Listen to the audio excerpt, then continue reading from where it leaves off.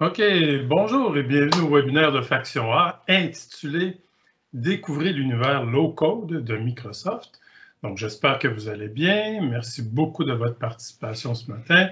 Mon nom est André de Blois, responsable de mission chez Faction A, et je serai le modérateur de ce webinaire. Juste un petit mot tout d'abord pour souligner nos prochains événements de l'année 2021. Donc, le 1er décembre prochain, on tiendra un autre webinaire. Ce sont toujours des mercredis à 11 h. Et la thématique de ce webinaire sera sur le parcours préconisé. C'est le parcours préconisé pour la mise en place d'une gouvernance de données. Donc, n'hésitez pas à vous inscrire. Et on aura aussi un atelier Microsoft, en fait, avec que Microsoft nous demande de donner. Donc, le 30 novembre prochain, on va avoir un App in a Day. Donc, c'est pour vivre le cycle de développement avec l'outil Power Apps. Donc, c'est une journée complète. Les instructions vont être données en anglais. Cependant, si vous avez des questions en français comme en anglais, on peut prendre les questions et vous donner des réponses dans la langue, dans une des deux langues. Donc, n'hésitez pas non plus à vous y inscrire si vous voulez en connaître davantage. C'est pour les débutants et intermédiaires, je dirais. Donc, c'est les cahiers d'exercices qui seront faits tout le... C'est un peu comme le même principe du dashboard INAD, s'il y en a qui ont déjà participé au dashboard INAD, qui était l'atelier Power BI, mais cette fois-ci, c'est avec Power Apps. Donc, la journée se passe avec les instructeurs de Faction A et le matériel de Microsoft. D'autres événements, en fait, sont en préparation pour le début de l'année 2022. Je vous invite à consulter régulièrement notre page webinaire de notre site web. Donc, sur cette page webinaire, Faction A webinaire, vous pouvez consulter tout le temps les prochains événements et ateliers avec une brève description, vous pouvez voir. Et vous pouvez aussi vous inscrire. Donc, vous avez tous les liens pour vous inscrire. Vous avez aussi sur cette même page toutes les webinaires qui ont été enregistrés et qui sont disponibles en webcast. Alors, c'est toujours intéressant si vous avez un sujet particulier que vous aimeriez écouter. C'est toujours des 50 à 60 minutes. Donc, c'est sur différents sujets. Donc, il y en a plusieurs sujets. Ça fait quand même 4-5 ans qu'on donne des webinaires. Et c'est toujours relié soit au développement d'applications avec Power Apps ou la Power Platform, soit au BI, soit avec les technologies Microsoft. On a également des clients qui sont venus faire des témoignages ou partager leur expérience pour des bonnes adhésions dans Power BI. Donc, je vous invite à la consulter. Il y a beaucoup de sujets. Donc, c'est à votre convenance. Vous pouvez les écouter quand vous voulez. Une autre façon aussi de connaître nos événements, c'est à travers LinkedIn. LinkedIn, on publie quand même tous nos événements, on les poste. Donc, c'est Faction A. On poste chacun de nos événements qui sont prévus. Donc, vous vous abonnez, vous faites un suivi sur Faction A et vous pouvez voir chacun de nos événements qui s'en vient. Donc, c'est une autre façon de les connaître davantage. OK, je vais avancer là-dessus. Donc, qui est Faction A? Faction A, bien, premièrement, c'est une compagnie de services professionnels, 100% québécoise. Nous sommes une escouade d'élite professionnelle spécialisée notamment dans la mise en place de solutions analytiques modernes avec les technologies de Microsoft. Nous faisons aussi, nous sommes spécialisés dans le développement d'applications avec la Power Platform de Microsoft. Donc, nous sommes en mesure d'intervenir dans toutes les activités de mise en place de solutions, que ce soit pour la planification, l'architecture, la réalisation et le support post-production. On offre aussi pour toutes les solutions que nous développons du support post-production. Faction A est partenaire officiel de Microsoft depuis 2016 et détient la distinction Gold Data Analytics Partner. Donc, si vous voulez en savoir plus sur Faction A, n'hésitez jamais à nous contacter. Aujourd'hui, pour notre webinaire, on a la précieuse, et c'est le bonheur d'avoir la participation de Microsoft à nos webinaires.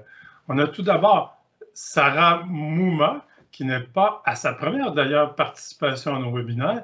Sarah est une architecte de solutions cloud chez Microsoft et elle s'occupe des clients PME du centre et de l'Est du Canada. Et aujourd'hui, Sarah, elle a eu en fait, on a eu une twist avec Sarah. Sarah, elle a dû sauter dans un avion. Donc, elle nous a préparé cependant une vidéo de sa présentation que je pourrais lancer tout à l'heure. On a aussi également la participation de Napé Kadi Kone. Donc, bonjour Napé, comment ça va? Napé, est-ce qu'il est là, Napé? Bonjour. Oui, effectivement, je suis là. Bonjour André, bonjour tout le monde. Napé est de chez Microsoft également, donc il est aussi architecte de solutions cloud chez Microsoft et s'occupe de clients de PME du centre et de l'Est du Canada.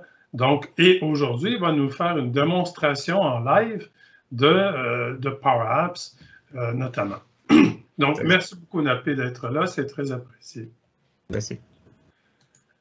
Aujourd'hui, l'objectif de notre webinaire est de vous montrer les principales composantes de la Power Platform, qui est une plateforme de programmation schématisée, là, qu'on dit en français, ou Low Code Development Platform en anglais. Donc, vous allez comprendre comment l'écosystème Low Code facilite et accélère le développement et le déploiement d'applications opérationnelles. Donc, pour atteindre l'objectif, aujourd'hui, on vous propose l'agenda suivant. Donc, je vais commencer par une brève mise en contexte, comme on fait à l'accoutumée. Et je vais, après ça, je vais faire jouer le vidéo de Sarah qui a préparé pour couvrir l'environnement du développement, le développement de logiciels, comment les services Azure et la Power Platform de l'écosystème de Microsoft viennent aider les organisations dans leur transformation vers l'innovation. Et on poursuivra avec une démonstration en live là, avec Napé de Power Apps et DevOps notamment. Je reviendrai avec un petit mot de la fin, conclusion, et j'aimerais aussi indiquer que ce webinaire est enregistré et qu'il sera accessible dans les prochains jours là, si vous désirez le partager.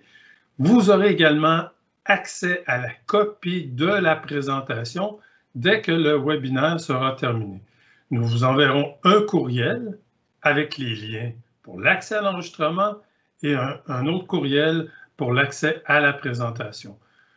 J'aimerais aussi également souligner que le webinaire d'aujourd'hui se veut interactif, donc il est possible de poser des questions par clavardage en utilisant le panneau du chat là, prévu dans votre session Teams.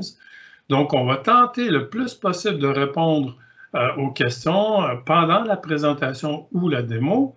Et sinon, on a prévu une brève période de questions à la fin de la session, à la fin du webinaire, pour répondre à des questions. Et si toutefois on manque de temps, on pourra répondre aux questions non répondues pendant la session. Donc, sur ça, je vais juste faire une brève mise en contexte d'aujourd'hui. Il y a du monde qui arrive encore. Donc, la modernisation des entreprises se passe beaucoup plus vite que prévu. Et selon le groupe de recherche d'ailleurs de Microsoft, la demande de nouvelles applications, notamment pour le mobile, connaît une ampleur jamais vue. Donc, selon ce groupe de recherche, 500 millions de nouvelles applications seront développées dans les prochains 5 ans. Donc, toutes les entreprises et organisations aujourd'hui veulent en faire plus vite et pour moins de budget, évidemment. Donc, pour ça, répondre à tous les défis de la transformation numérique, en plus de la pénurie de main-d'œuvre, les entreprises cherchent des accélérateurs pour se moderniser, innover et se demandent souvent comment faire et quelle technologie utiliser. L'environnement low-code que nous propose Microsoft vient répondre à ces besoins pour adresser les actions que toute entreprise doit faire. Donc, analyser des données, agir et automatiser. Et c'est ce que Microsoft va nous présenter avec la Power Platform aujourd'hui au niveau du développement d'applications opérationnelles. Donc, je sais qu'on a déjà tenu des ateliers sur Power Apps. Si vous voulez en savoir plus sur Power Apps ou des bénéfices, etc., donc je vous invite à les consulter. Mais aujourd'hui, on va écouter Sarah et Napé qui va nous faire une démonstration sur la Power Platform, dont notamment Power Apps. Mais juste avant, j'aimerais vous présenter, pas vous demander, mais je vais envoyer un petit sondage, comme on a l'accoutumé de faire.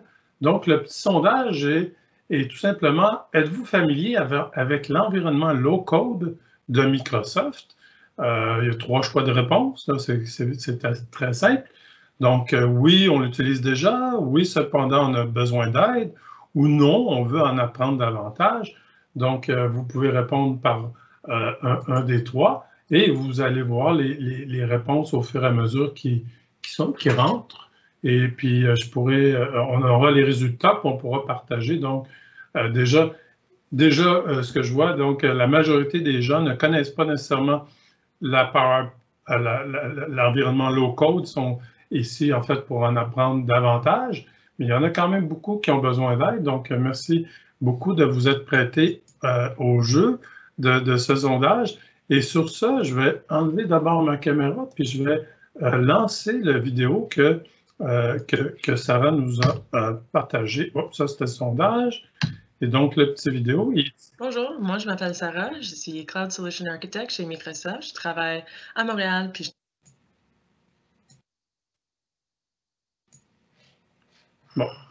je travaille avec plusieurs clients à l'Est du Canada. Alors aujourd'hui, on va parler de l'innovation des applications, comment on peut levier les différents outils dans l'écosystème de Microsoft pour atteindre les objectifs de transformation numérique. Alors, bien sûr, la transformation numérique, c'est quelque chose que toutes les compagnies parlent beaucoup, mais la question, c'est vraiment comment est-ce qu'on peut atteindre les buts là-bas sans avoir trop de pression sur les ressources qu'on a déjà. Alors, c'est sûr que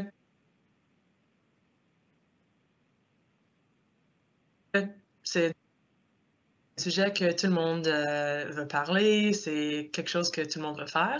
Et en fait, il y a 91 des chefs des organisations qui voient la transformation numérique comme une façon d'avoir plus d'innovation dans leur compagnie. Alors, c'est vraiment quelque chose qui n'est pas nécessairement juste un buzzword, mais il y a de la vraie valeur là-bas.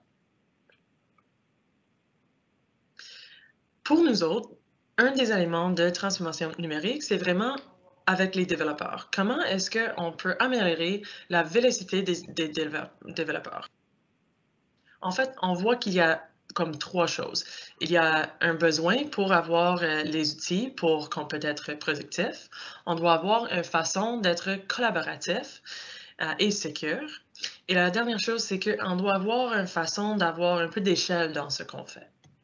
Mais comment est-ce qu'on peut faire cela? Bien sûr, on voit ça en 3 étapes. Alors, pour l'élément de développer dans une façon productive, bien sûr, on focus sur le développeur lui-même. Après ça, on parle de la collaboration. Comment est-ce que nos équipes peuvent collaborer ensemble n'importe où dans le monde, puis aussi d'une façon sécuritaire. Alors là, on commence à parler d'une équipe de développeurs. Peut-être on est en train d'utiliser quelques outils de open source. Peut-être on commence à utiliser des façons de travailler de façon agile ou de DevOps. Alors là c'est une façon de collaborer. Puis, la dernière chose qu'on est maintenant, on a les outils infonuagiques et bien sûr, aujourd'hui, on va parler un peu plus de les plateformes low-code. Comment est-ce qu'on peut prendre la puissance du cloud puis avoir quelques outils qui ajoutent un peu de flexibilité et d'éléments d'échelle là-bas.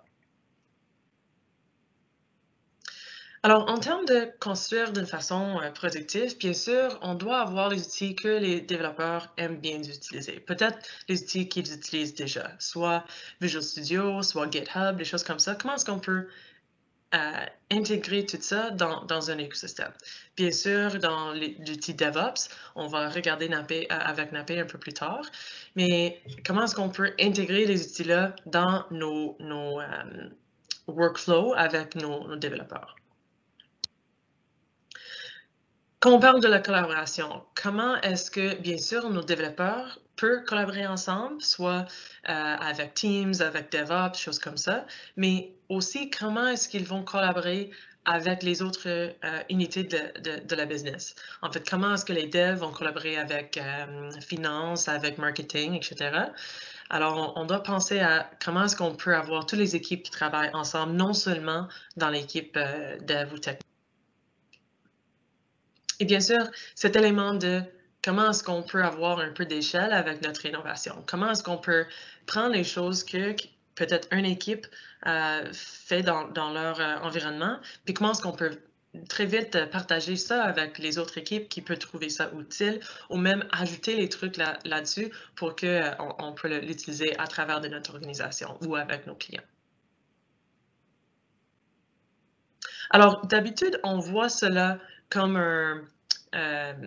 un journey, excuse l'anglais, mais alors, on a notre environnement on-prem, notre infrastructure, puis la première étape, c'est vraiment comment est-ce qu'on peut prendre ça dans une façon lift and shift, puis avoir du IaaS dans le cloud, alors le Infrastructure as a Service. Là, c'est vraiment juste un one-to-one de tous les serveurs, les stockages, tout ça. Après ça, c'est pas montré sur ce slide-là, mais il y a un élément qui est le PaaS, alors les Platform as a Service.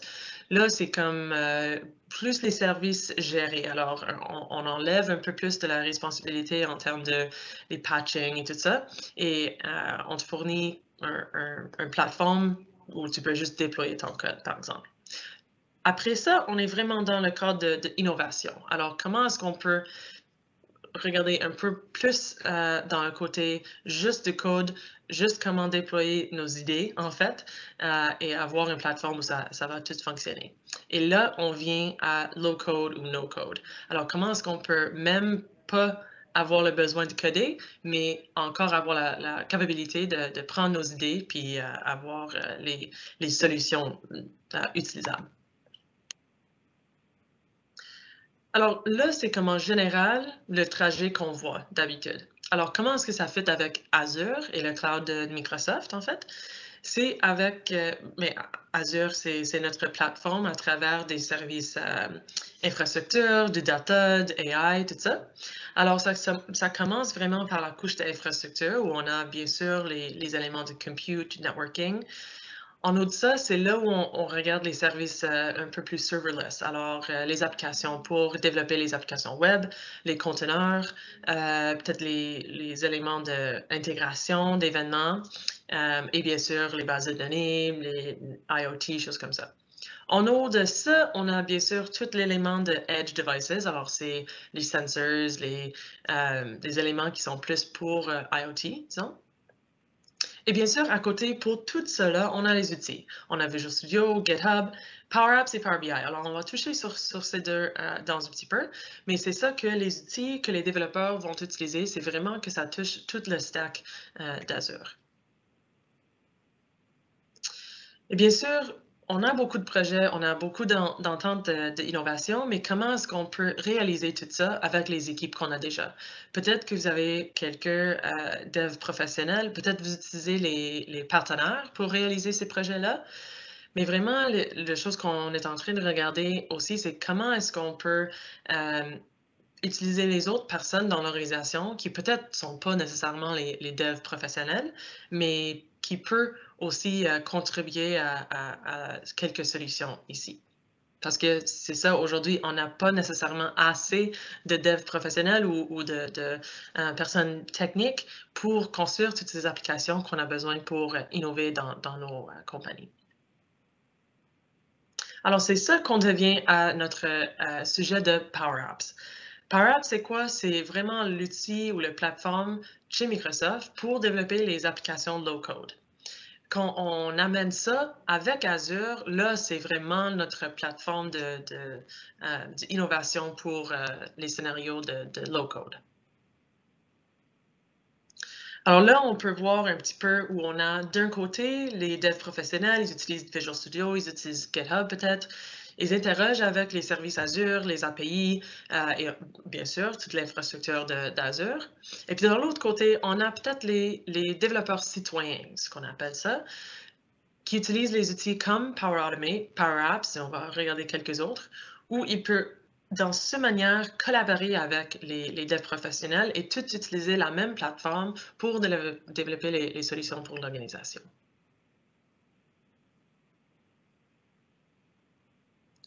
Alors, Power Apps, Power Automate, tout ça, ça fait partie de notre plateforme qu'on appelle le Power Platform.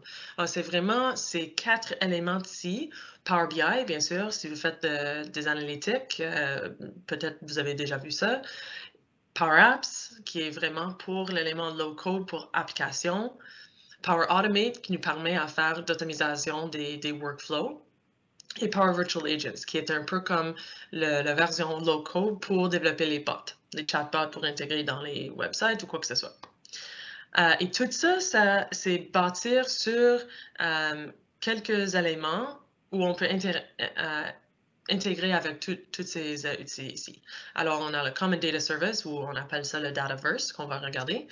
Les Data Connectors, alors comment est-ce qu'on peut amener nos informations à travers de l'organisation vers ces applications. Et aussi le AI Builder. Alors, plus pour les éléments comme Power Virtual Agents, par exemple, comment est-ce qu'on peut utiliser de AI qui est peut-être pre-built et on est prêt à utiliser.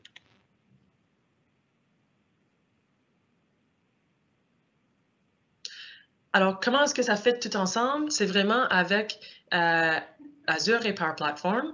On a bien sûr tous les services data où on garde nos données, soit Azure SQL, soit une Data Lake, quoi que ce soit.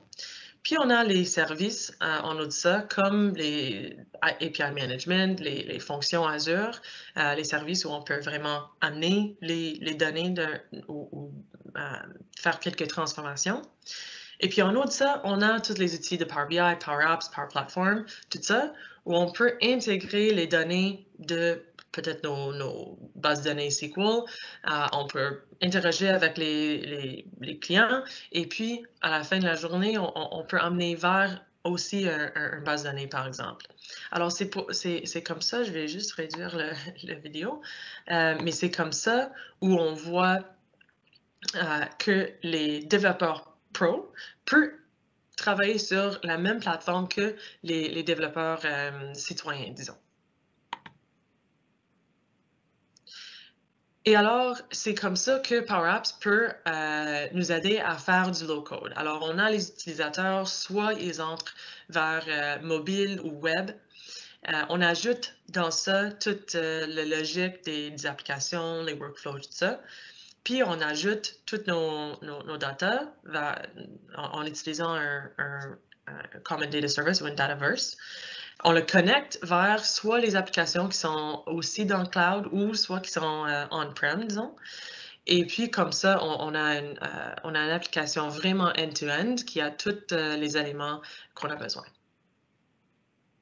Alors, je ne vais pas prendre trop de temps sur ces slides-là parce qu'on va le voir pour vrai, mais c'est juste pour dire que développer pour les Power Apps, ça se fait dans un studio. Alors, c'est vraiment un UI qui est simple pour tout le monde. On a aussi quelque chose qui est un solution checker, qui est un peu comme faire des tests pour votre solution, qui permettent aussi ce genre de collaboration. Si vous avez une équipe qui doit faire les tests, il peut faire ça directement dans l'outil Power Platform.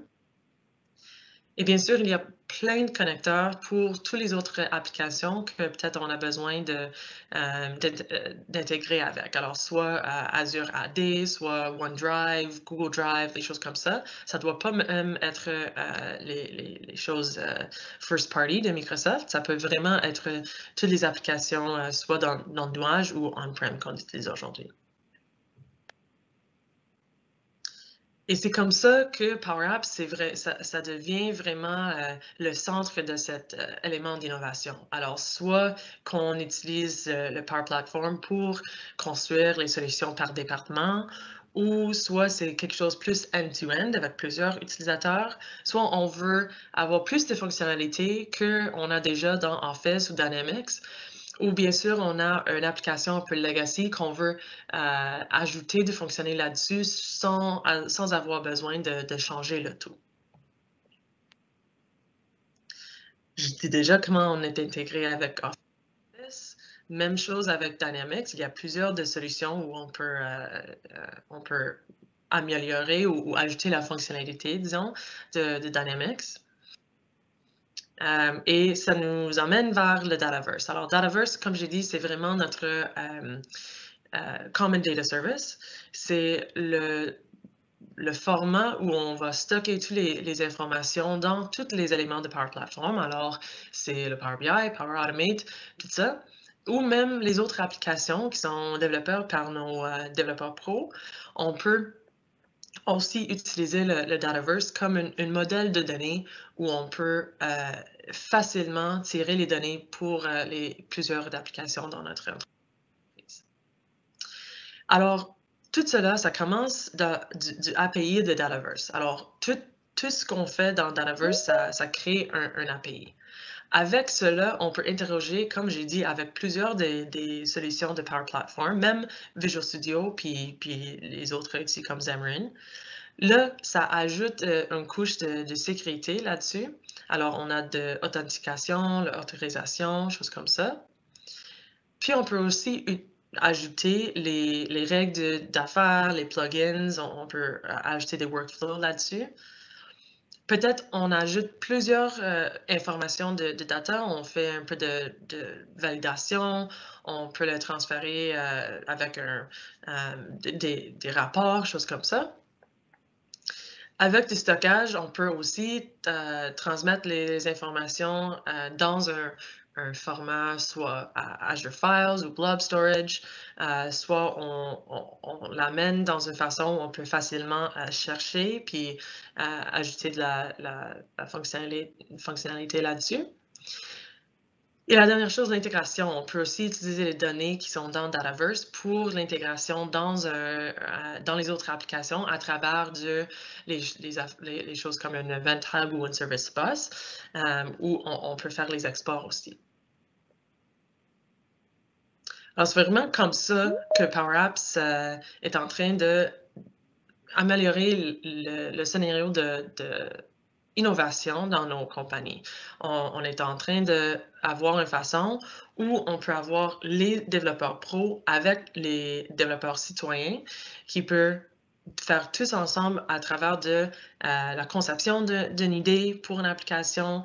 On peut tout faire les mock-ups puis le design de toute l'application, puis on peut même réaliser la solution toute dans la Power Platform et au besoin, on peut le connecter vers les autres sources dans notre environnement.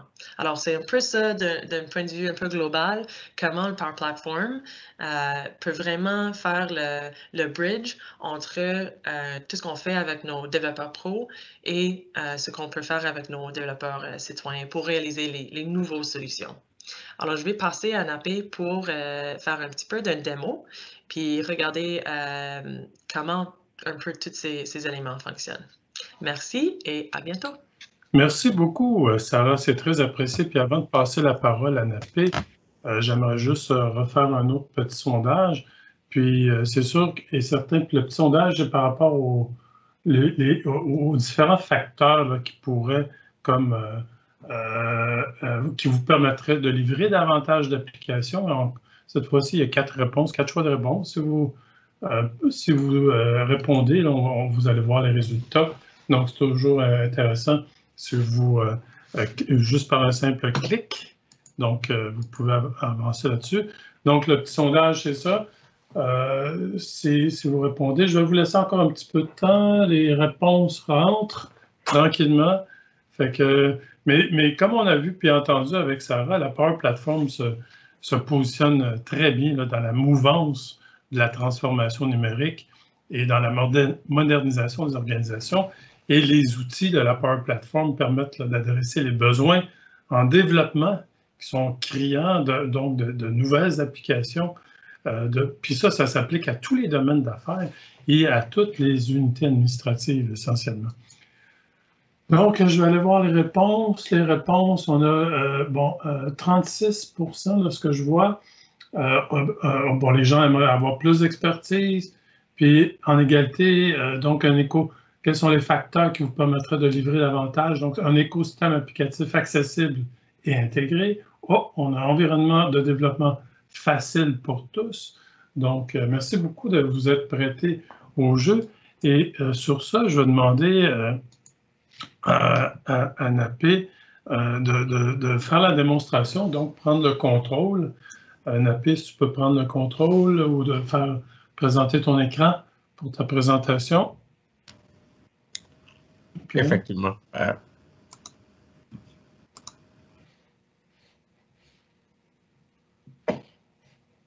Je vais juste fermer ma présentation à moi.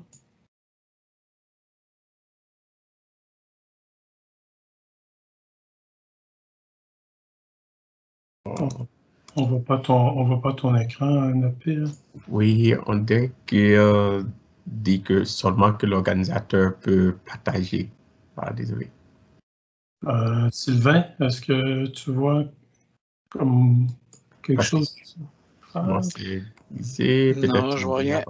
Est-ce que tu es rentré en tant que avec le lien qu'on t'a envoyé en tant que participant, Napé? Oui. Un instant, je vais voir comment que ça pourrait être fait. Si mettons que je reprends l'écran puis que je fais Give Control ou non. Non. Tu peux pas partager, c'est ça que ça dit, Napé? Oui, j'essaie de partager, mais bon, même quand je demande le contrôle, lui, il est accusé. OK, mais là, tu étais sur mon écran, c'est pas bon ça. OK. Fait que tu peux pas faire un share content, Napé, c'est ça que j'entends? Oui, ou bien donne-moi une minute que je me déconnecte, je reconnecte encore, peut-être, sinon ici, c'est totalement grisé. Une minute. OK. Peut-être que si les gens ont des questions, c'est peut-être le temps de les adresser. Je vais aller voir si on a des questions dans le... Non, je n'ai pas vu de questions.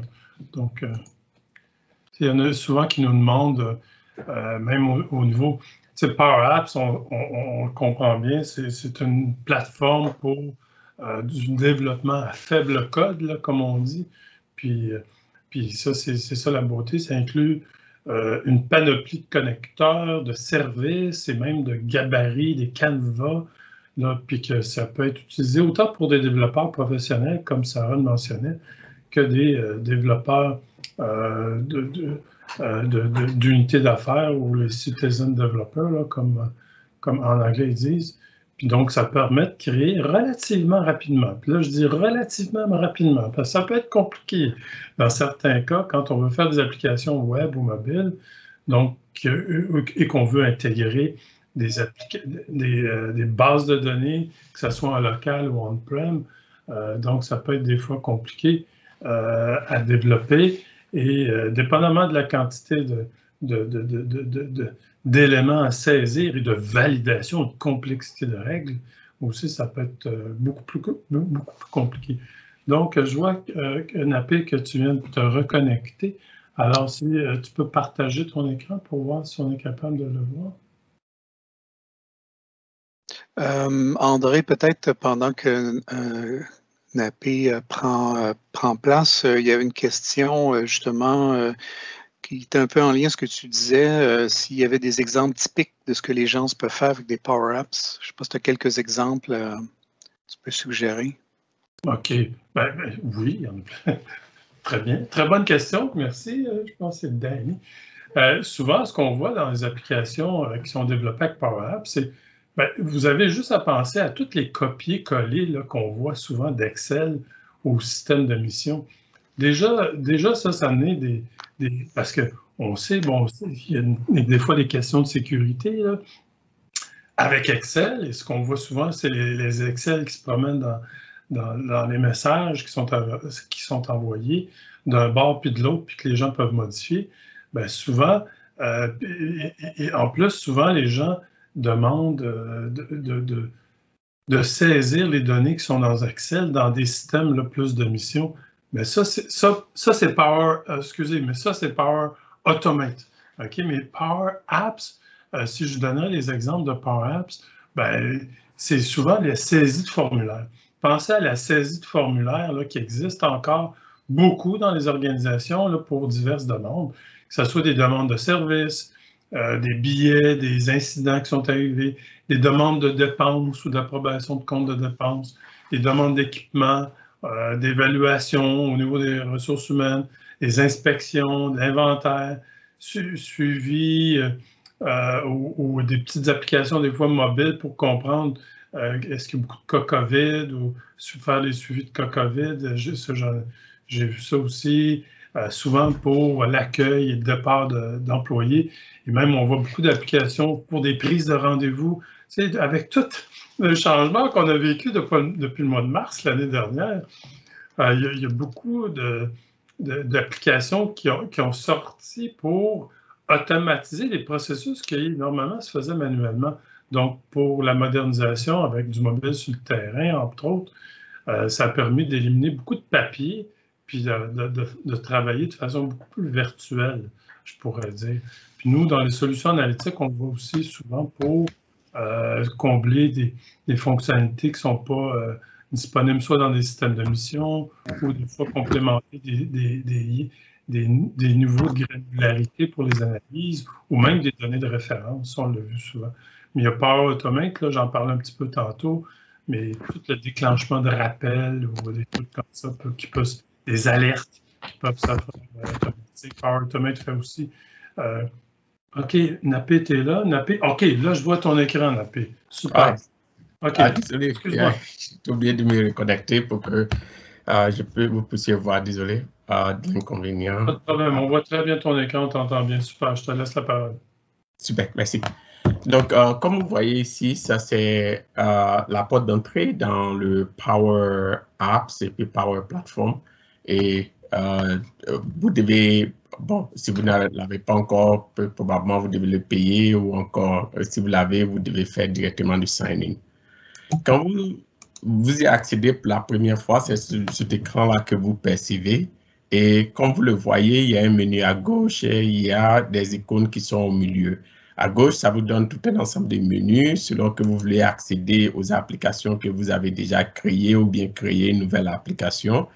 Et au niveau du Dataverse, comme Sarah l'expliquait, en fait, le Dataverse va vous permettre de créer une connexion à une source de données bien particulière que votre application va consommer. Vous avez encore d'autres éléments vers le bas pour créer une solution. Mais pour nous, dans notre cas, nous allons directement, puisque nous voulons aller créer une application. Pour créer une application, il y a différents types de création d'applications. Il y a le Canvas, il y a le Model Driven et puis il y a le Portal. Aujourd'hui, celui que nous allons voir, c'est le Canvas. Pour créer un Canvas, vous cliquez dessus, vous lui donnez un nom. Je ne vais pas le créer puisqu'il y a un qui a été déjà créé. Et ici, cette étape est importante parce que vous pouvez choisir soit tablette ou bien phone. Et si vous choisissez tablette, ça c'est pour la version ordinateur et puis le phone, ça c'est la version plutôt pour les devices tels que pour les téléphones. Vous pouvez avoir la version, vous cliquez sur créer, il va vous le créer directement. Vous pouvez m'interrompre si vous avez des questions. Et pour moi, puisque j'ai déjà créé une application qu'on va voir là, si je tape Faction, automatiquement, il va me donner, mais il me liste ici toutes les applications que vous avez déjà créées. Vous pouvez cliquer dessus et puis essayer de voir comment soit visualiser ou bien faire éditer, comme par exemple moi dans mon cas, puisque ça a été déjà créé, je vais l'éditer. Mais vous avez déjà d'autres options telles que Play, c'est-à-dire si vous voulez juste l'exécuter ou encore partager ou encore faire exporter le package. Vous avez plusieurs autres options ici. Donc, pour nous, nous allons aller dans Edit directement. Et lorsque vous cliquez sur Edit, il va aller vous amener dans le Power Platform. Je l'ai déjà ouvert, donc il dit que soit il va override ce qui était déjà ouvert.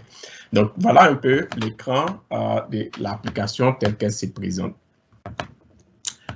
Pour créer une telle application, il y a plusieurs éléments.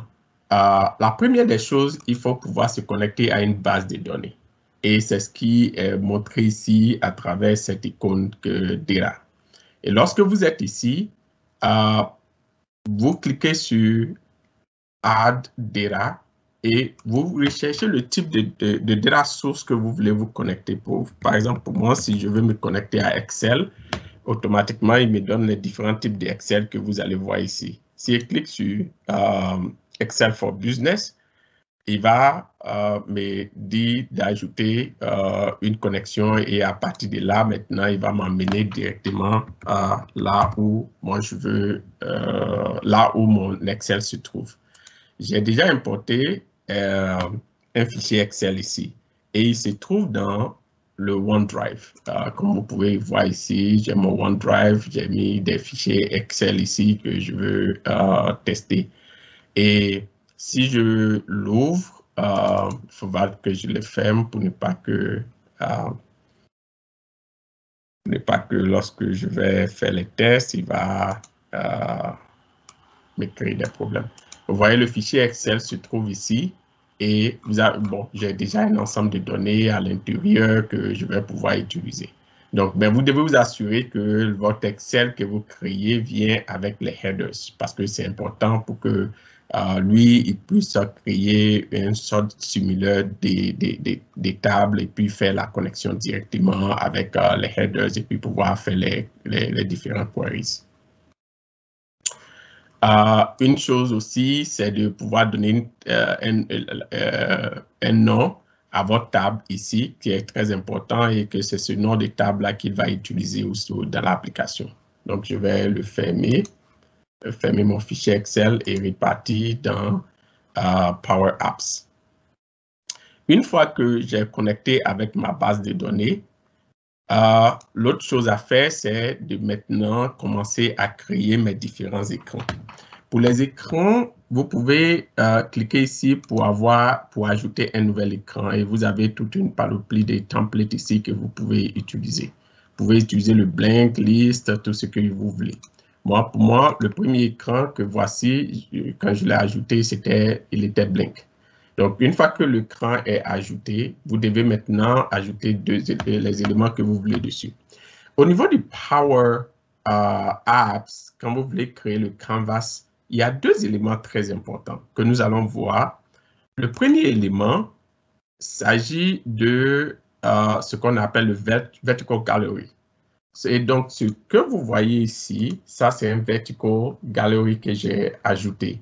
Il vous permet, en fait, lorsque vous ajoutez le Vertical Gallery, il va vous demander de vous connecter à la source des données. Pour moi, ce que voici, rappelez-vous que je l'ai ajouté ici.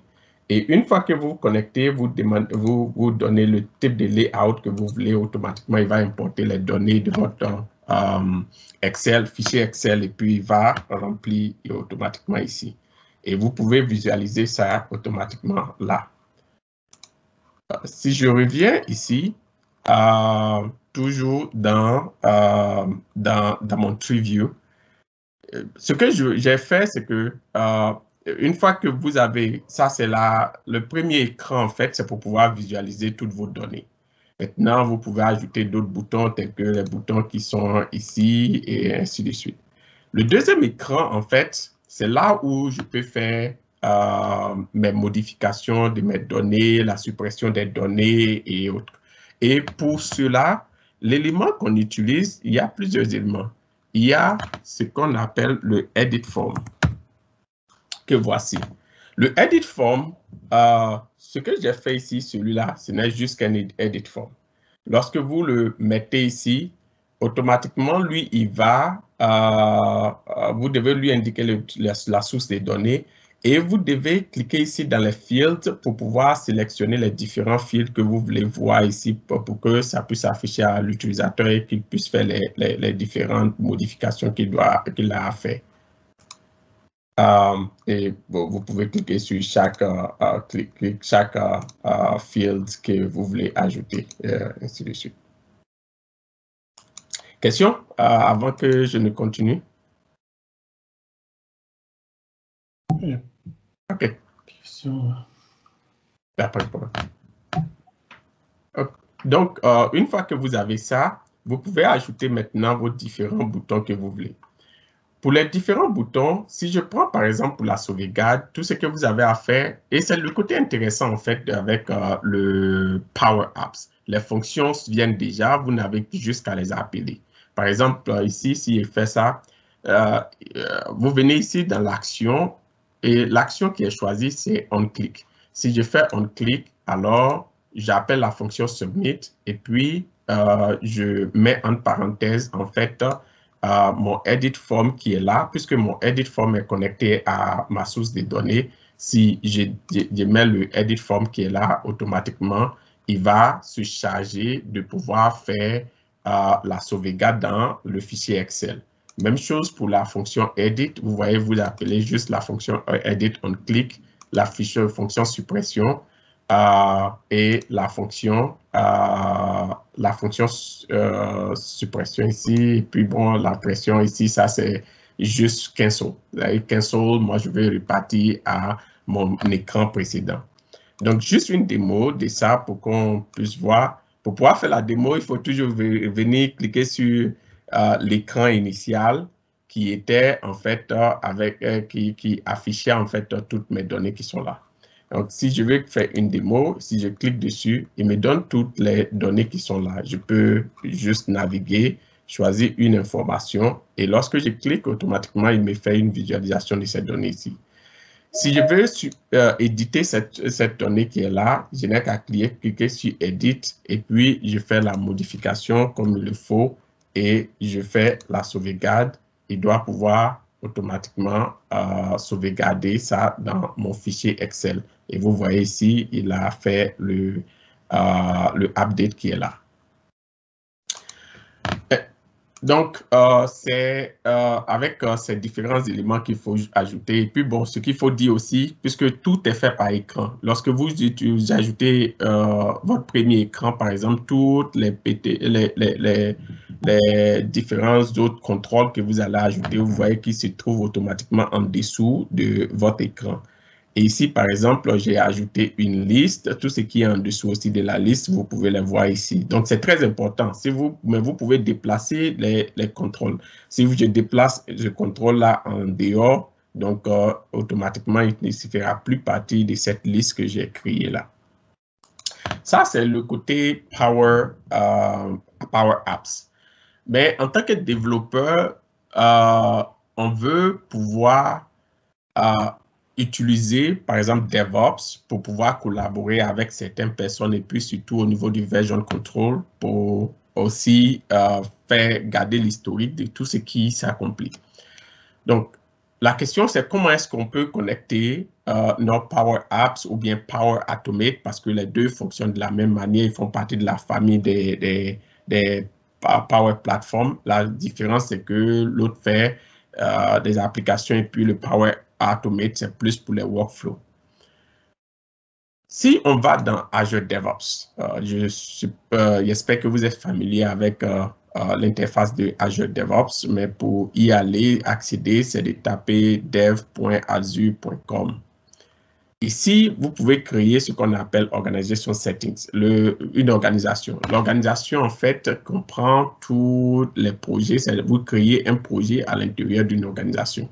Et pour notre test ici, moi, j'ai créé ce projet qui est là. Si je clique dessus et que je vais dans Project Settings, une des choses qu'il faut faire au début, avant de commencer à ajouter le Power Apps pour la collaboration, je vais revenir dans le Organization Settings.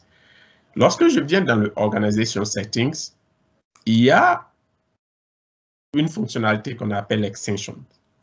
Les extensions dans DevOps sont les fonctionnalités que nous voulons importer peut-être de quelque part parce qu'on n'a pas cette fonctionnalité dans DevOps ou bien peut-être que la fonctionnalité de DevOps ne nous convient pas. Pour nous, puisque nous allons travailler avec Power Apps, intégrer Power Apps avec DevOps, donc nous devons ajouter Power Apps comme une extension. C'est en cela que, donc, quand vous cliquez sur Extension, vous venez dans Marketplace. Si vous cliquez sur Marketplace, automatiquement, il va vous envoyer dans cet écran et puis vous pouvez chercher le Power Platform. Et lorsque vous cherchez le Power Platform, il va vous donner celui-là.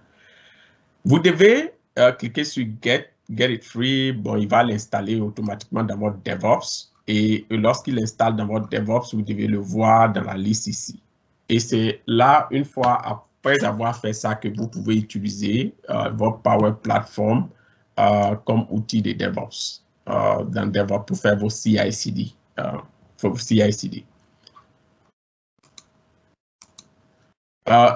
Une fois que vous l'avez installé, comme on l'a vu précédemment, alors vous pouvez l'ajouter ici. Une des choses que je voudrais mentionner, c'est vrai que vous l'avez installé, mais vous devez créer une connexion de votre DevOps avec Power Platform. Pour créer une connexion, vous venez dans votre Project Settings, vous venez dans Service Connection et vous cliquez ici au niveau de Create New Service Connection. Si je descends un peu vers le bas, je vois le Power Platform qui est là. Si je vais Next, il va me demander un ensemble d'informations que voici. Pour ces informations, d'abord, il va me demander le serveur URL. Le serveur URL, c'est le serveur de mon Power Apps. Sûrement, si vous venez dans Session Details, vous pouvez voir ici les informations de votre instance du serveur. Donc, si je repars dans mon ici, donc c'est ce lien-là que vous allez mettre ici. Maintenant, il va vous demander un tenant ID, application ID, client secret. Et c'est là où vous devez être un administrateur pour pouvoir mettre ces informations. L'administrateur doit partir dans le Active Directory. Et dans Active Directory, il va pouvoir faire une app registration. Dans le app registration, pour faire le app registration, vous n'avez qu'à cliquer ici, cliquer app registration, et puis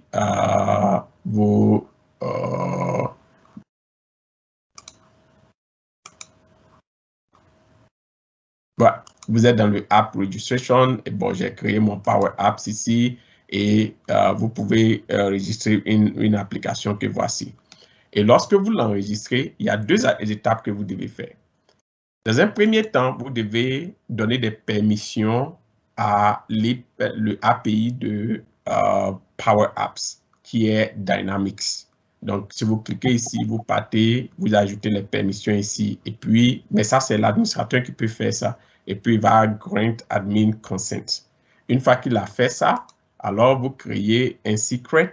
Et lorsque vous créez le secret ici, vous pouvez cliquer ici, Client Secret. Et une fois que vous avez cette information maintenant, avec le Client ID, vous revenez dans DevOps ou créer dans votre Service Connection, vous mettez le tenant, le Client ID qui est le Application ID et puis le Secret ici, et puis vous donnez un nom à votre connexion. Et une fois que vous avez donné le nom à votre connexion, automatiquement, vous allez voir la connexion ici. Une fois que la connexion est créée, alors, dans votre Power Apps, si vous partez d'un pipeline, vous créez votre pipeline, vous pouvez ajouter, si vous recherchez le Power Apps que vous voici, vous allez voir tout un ensemble de fonctions qu'il va vous apporter que vous pouvez voir ici. Il y a un lien ici où il donne la description de toutes ces différentes fonctions qu'il met à la disposition. Dedans, il y a des fonctions pour pouvoir se connecter à Power Apps à travers le Service Connection que vous avez créé. Il y a d'autres qui peuvent faire importer, peuvent exporter. Il y a tout un ensemble de fonctions que vous pouvez explorer ici. Et c'est ce que, en fait, C'est ce que nous voyons ici de manière graphique ici. Donc, une fois que c'est fait, et puis bon, vous pouvez collaborer, et puis bon, ce qui va se faire dans Power Apps, vous pouvez automatiquement build ça dans DevOps, et puis il va garder toujours l'historique de tout ce que vous faites. Je sais qu'il nous reste 3 minutes, donc je vais laisser, si vous avez des questions, désolé encore. Oui. Il y a 4 questions dans le chat, peut-être que tu peux répondre aussi, mais la première des 4 questions, c'est peut-on éviter d'avoir un ownership sur une personne, mais l'avoir sur une équipe? Je ne sais pas si c'était par rapport à ta démo. Y a-t-il des features mécaniques ou copies de code pour avoir des environnements de dev, QA, prod aussi également? Et puis l'autre, usage de Dataverse, les pros and cons. Puis est-ce que si celui-ci est utilisé par plusieurs apps, pourrait-il devenir comme un petit data warehouse? Moi, je pourrais répondre à celle-là, mais je ne le verrais pas comme un petit data warehouse. Parce que c'est vraiment des données de type opérationnel qu'on retrouve quand on développe une application avec Power Apps. Donc, ce n'est pas nécessairement informationnel, là. Donc, ce n'est pas nécessairement un data warehouse en tant que tel. Puis la dernière question, Kevin a fait, comment sont gérés les accès permissions quand l'application est en production? Est-ce que tu peux glisser moi là-dessus? Oui, merci. OK. Ici, lorsque vous créez l'application, c'est vrai que c'est vous qui créez l'application, mais il y a un administrateur derrière. Et l'application même peut être créée par peut-être le responsable projet, parce qu'une fois que c'est créé, là, une fois que c'est créé, vous venez dans Fichier, vous faites le share, et dans le share ici, c'est en ce moment que l'administrateur projet va se décider à dire, bon, par exemple, qui sont ceux qui peuvent être administrateurs du projet. Moi, dans mon cas ici, j'ai mis mon nom, Sarah et moi, nous sommes les 2 personnes qui sont adhérées à ça. Mais lorsque vous partagez, vous voyez, par exemple, il y a le owner, il y a le co-owner. Peut-être le responsable projet va être le owner, il va ajouter des co-owners et puis des utilisateurs. Les utilisateurs, ils vont les voir seulement. Mais les co-owners, peut-être, eux, pourront contribuer. Et en cela, celui qui a créé ça, par exemple, le chef de projet peut révoquer des permissions ou bien ajouter encore d'autres personnes à ce niveau. Donc, bon, j'espère que j'ai répondu à ça. La deuxième question, est-ce qu'il y a des mécanismes de copie de code pour avoir des environnements dev, QA et puis prod? Et pas dans Power Apps, mais sans cela aussi, combiné avec DevOps devient vraiment intéressant parce que dans le côté release, en fait, vous pouvez faire votre dev, QA et puis prod comme ça se fait habituellement. Mais même dans Power Apps aussi, il y a la possibilité, c'est parce que ça, je l'ai fait directement, mais il y a la possibilité aussi de pouvoir créer un sandbox où ils vont travailler dans le sandbox et créer, parce que vous voyez ici, ça c'est l'environnement, mais l'administrateur peut créer plusieurs environnements en fait. Il peut avoir un environnement sandbox, environnement dev, environnement production. Donc, c'est à l'administrateur, en fait, de le faire. Moi, je n'ai pas les permissions pour nous, puisque je ne suis pas l'administrateur. Mais je veux dire que c'est quelque chose de possible. Non seulement vous pouvez le faire ici, et puis le faire aussi en même temps aussi dans le DevOps aussi. L'usage du Dataverse Pro versus Con.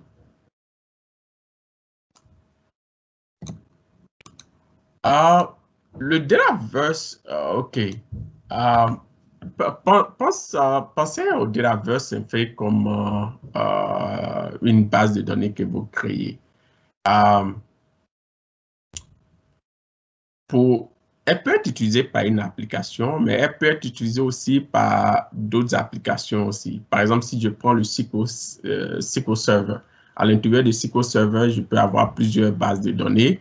Et c'est mieux de créer une base de données pour chaque application. Et généralement, c'est ce qu'on fait. Bon, pour ne pas, mais vous pouvez créer un Dataverse et puis bon, rien ne vous empêche parce que c'est un connecteur en fait que vous allez créer pour l'application pour que l'application y accède. Donc, vous pouvez créer des connecteurs aussi pour accéder au moins à la même base de données, mais ça, c'est votre choix.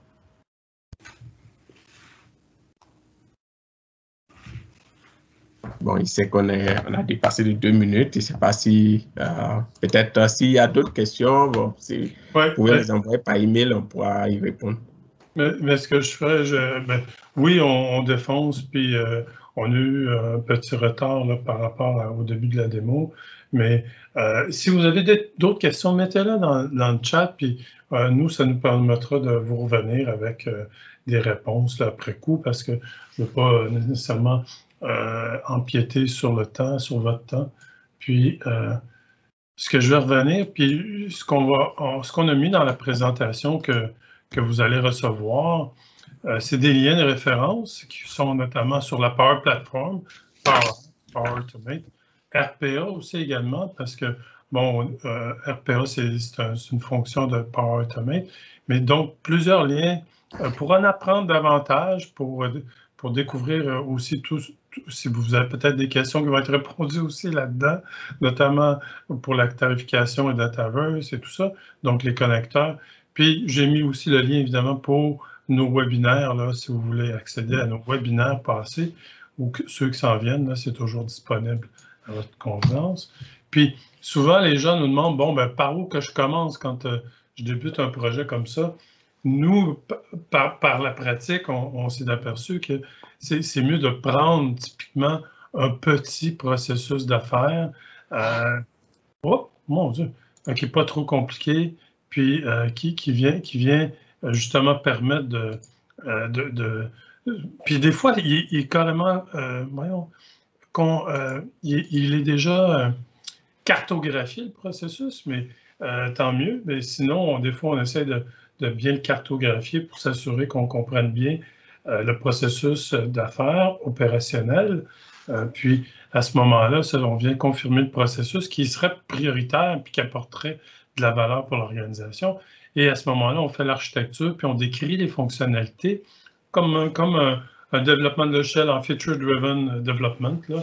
Donc, puis on fait une architecture parce que des fois, il peut y avoir des passerelles à mettre en place pour accéder des données, que ce soit en local ou puis il faut voir comment que la sécurité va être intégrée là-dedans. Puis s'il y a des données à récupérer de cloud ou de services à travers des API web. Donc, tout ça est défini à ce moment-là. Et puis ça, on fait ça rapidement. On parle de quelques jours aussi. Hein? Puis, on fait une planification pour justement venir confirmer l'envergure de l'initiative ou d'une première itération, confirmer les budgets, confirmer le calendrier, puis confirmer donc les responsabilités. Et après ça, nous, on livre de façon itérative incrémentielle. En fait, on a déjà fait un webinaire là-dessus sur notre parcours de livraison. Si vous êtes intéressé à en savoir plus, n'hésitez pas là, à aller l'écouter. Bon, là, je vais voir où est-ce qu'on est rendu. OK. Conclusion. Ben, en fait, j'espère que vous avez vu, puis merci beaucoup, Napé, pour la démonstration. J'espère que vous avez vu que avec ce que vous avez vu, vous pouvez constater là, que la Power Platform est quand même un environnement, une plateforme de choix, je le dirais là, carrément comme ça, puis c'est un écosystème intégré, là, complet. Donc, c'est une intégration native là, avec toutes les composantes de l'écosystème de Microsoft, là, que ce soit pour le stockage, pour Office 365, Teams, pour Azure Active Directory. Donc, c'est vraiment un coffre à outils qui est quand même complet avec des canevas, des connecteurs. C'est un environnement de développement qui est visuel. Hein, c'est tout du pointer et cliquer, du pointer et cliquer, là, si vous voulez. Donc, c'est simple, c'est intuitif. Puis, le fait aussi que ça soit dans le cloud, puis que ça permet de développer des applications autant mobiles que sur le web. Donc, il n'y a pas d'installation sur les postes de travail. Donc, ça facilite grandement là, les mises à jour. Puis, c'est quand même assez transparent, sans d'achat de matériel puis d'installation physique.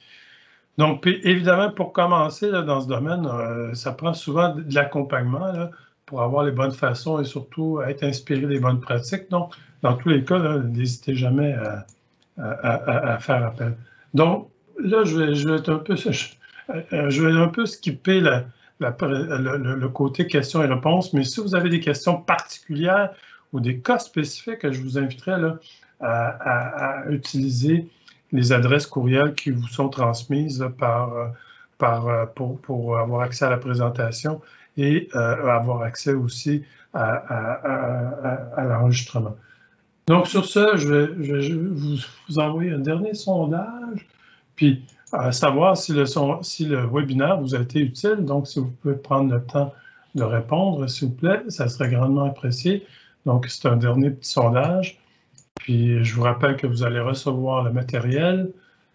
Donc, merci beaucoup de votre participation. Donc, je vous rappelle, vous allez recevoir donc le matériel par courriel. N'hésitez pas, là, si vous avez d'autres questions spécifiques, ça va être donc utile pour vos sondages. Bon, on a déjà dépassé, donc désolé pour le 8-9 minutes supplémentaires. Donc, ceci conclut notre webinaire aujourd'hui. Un gros merci pour votre participation. Merci beaucoup. Merci à Sarah, mais merci aussi beaucoup à Napé d'avoir fait une présentation, une démonstration en direct. Donc, merci beaucoup encore une fois. Donc, surtout, faites attention à votre santé, à celle de vos proches. Merci beaucoup. Donc, bonne journée à tous et toutes et à bientôt. Merci beaucoup.